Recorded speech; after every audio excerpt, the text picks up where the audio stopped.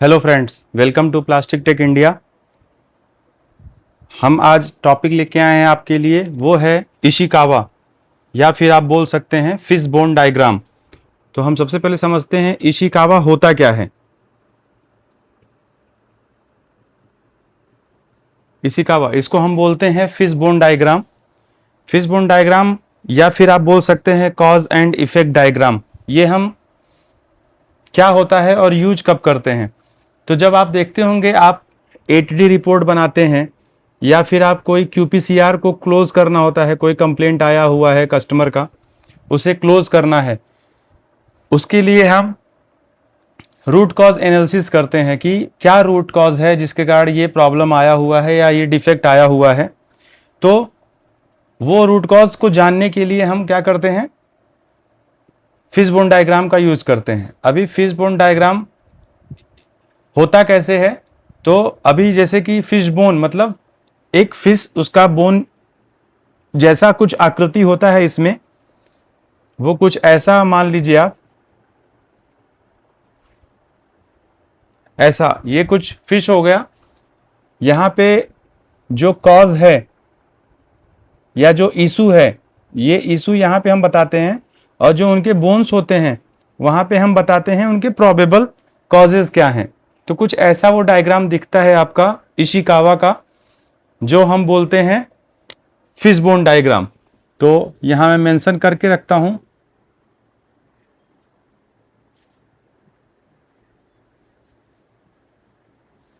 Fish bone diagram. तो ये पूरा का पूरा जो है हमारा, हम स्टार्ट करेंगे अपना इंजेक्शन मोल्डिंग में। जो भी डिफेक्ट्स आते हैं तो डिफेक्ट वाइज जाएंगे हम, और क्या प्रोबेबल कॉजेज हो सकते हैं हम उसको फिश बोन डायग्राम के थ्रू समझने की कोशिश करेंगे। तो सबसे पहले हम ये देखते हैं कि जो हमारा फिश बोन डायग्राम होता है, उनकी जो कैटेगरीज होती हैं वो कौन कौन सी कॉज कैटेगरीज जो होती हैं वो क्या होती हैं। तो टोटल ये 6M के ऊपर डिपेंड करता है। अभी ये 6M क्या होता है आपका, तो मैन, मशीन, मटेरियल, मेथड,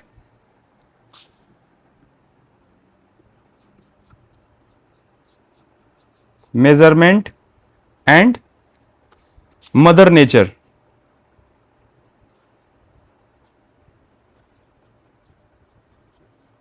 कभी कभी हम क्या करते हैं कि इन दोनों को हम क्लब भी कर सकते हैं, मेजरमेंट और मदर नेचर को, और फिर हम जो मशीन है और उसके साथ हम यहाँ पे मोल्ड भी दिखा सकते हैं। तो man, machine, mould, material, method और मेजरमेंट और मदर नेचर, ये हम 6 कैटेगरी के ऊपर आपको हम समझाएंगे कि फिश बोन डायग्राम होता क्या है। अभी जो हमने मैन बताया, मैन में क्या होगा आपका, ह्यूमन इश्यूज, मतलब ऑपरेटर के रिलेटेड, सुपरवाइजर के रिलेटेड जो भी इश्यूज होंगे वो कहाँ पे आएंगे, वो आएंगे मैन में। मशीन और मोल्ड जो मैंने बताया आपको, ये आपका इक्विपमेंट रिलेटेड जो भी प्रॉब्लम होगा वो हम यहाँ पे लेने वाले कि आपके इक्विपमेंट में क्या प्रॉब्लम है, क्या प्रोबेबल कॉज हो सकता है उस डिफेक्ट को आने के लिए, हम वो लेंगे मशीन और मोल्ड के अंदर। फिर हम जाते हैं मेथड पे, मशीन मोल्ड हो गया, फिर हम जाते हैं मेथड पे। मेथड क्या होगा आपका कि प्रोसेस रिलेटेड क्या क्या इश्यूज हैं वो आएगा आपके मेथड पे। फिर आएगा आपका मटेरियल। तो मटेरियल बोले तो जो रॉ मटेरियल हमारा इनपुट है, इनपुट जो मटेरियल जा रहा है हमारी मशीन में, वो मटेरियल का क्वालिटी कैसा है या उससे रिलेटेड जो भी चीजें हैं। फिर आपको मैंने बोला मदर नेचर और मेजरमेंट। मेजरमेंट में क्या करेंगे हम, मेजरमेंट में करेंगे कि रॉन्ग डेटा है या फिर टेस्टिंग का कुछ इशू है। और मदर नेचर में क्या होता है, जो ह्यूमिडिटी है, टेम्परेचर है, उसका क्या इफेक्ट पड़ेगा। तो ऐसे कुल 6 हैं। आज का जो हम इशिकावा हम बनाने वाले हैं, तो हम सबसे पहला डिफेक्ट क्या होता है हमारे मोल्डिंग में, वो होता है शॉर्ट मोल्ड। हम शॉर्ट मोल्ड के ऊपर आपको दिखाने वाले हैं इशिकावा बना के कि शॉर्ट मोल्ड आएगा तो हमारे क्या क्या प्रोबेबल रूट कॉज होंगे, और फिर आप उसके हिसाब से अपना एटीडी रिपोर्ट या फिर कोई भी जो आप कस्टमर कंप्लेंट क्लोज करते हो जब, तो जो आप सिस्टम फॉलो करोगे, रूट कॉज एनालिसिस करना होगा तो आप उसको कर सकते हो। तो सबसे पहले हम लोग एक फिश बोन का डायग्राम बनाते हैं ऐसा कुछ, और हम यहाँ पे स्टेटमेंट में लिख लेते हैं कि हमारा जो इशू है वो है शॉर्ट मोल्ड। होप आप लोगों को क्लियर दिख रहा होगा। हमारा डिफेक्ट क्या आ रहा है, डिफेक्ट आ रहा है शॉर्ट मोल्ड, और फिर ये उसके हम सब बोन्स बना दे रहे हैं फिश के, और उन सबों का भी हम नाम लिखते जाते हैं। सबसे पहले जो आता है हमारा फर्स्ट, उसको हम मेंशन करेंगे मटेरियल के लिए। आप कुछ भी दे सकते हो, ऐसा नहीं है कि मैं जो बोल रहा हूं वही है। दूसरा हम ले लेते हैं मशीन, फिर हम लेंगे आपका मोल्ड।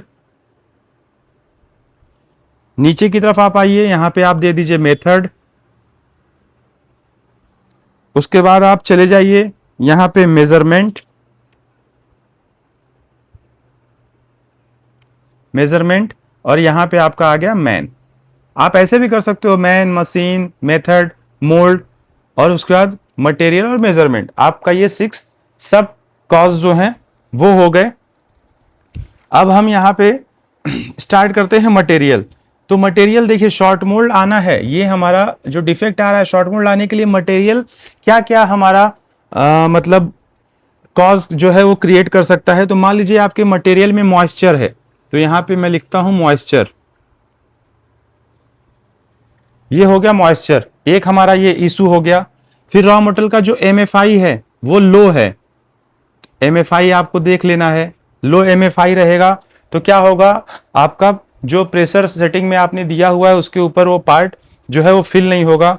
रॉ मटेरियल की जो क्वालिटी है वो इनकंसिस्टेंट है, मतलब RM क्वालिटी जो है वो बराबर नहीं है, इनकंसिस्टेंट जा रही है, या फिर आप एक्सेस रीग्राइंड यूज कर रहे हैं। तो ये कुछ मैंने लमसम 4 इशू जो लिए हैं वो ये लिए हैं कि मॉइस्चर बहुत ज़्यादा है, MFI है वो बहुत कम है, रॉ मटेरियल की जो क्वालिटी है वो इनकंसिस्टेंट है, और एक्सेस ग्राइंडिंग आप यूज कर रहे हैं। ये लिया मैंने मटेरियल के अंदर। मशीन में क्या लेंगे हम, तो मशीन में ले सकते हैं हम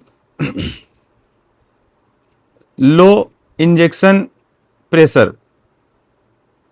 लो इंजेक्शन प्रेशर रहेगा तो हमारा पार्ट नहीं भरेगा। सेम इंजेक्शन स्पीड जो है वो लो है। आपका होल्ड का प्रेशर कम आ रहा है, होल्ड की स्पीड आपने कम रखी हुई है।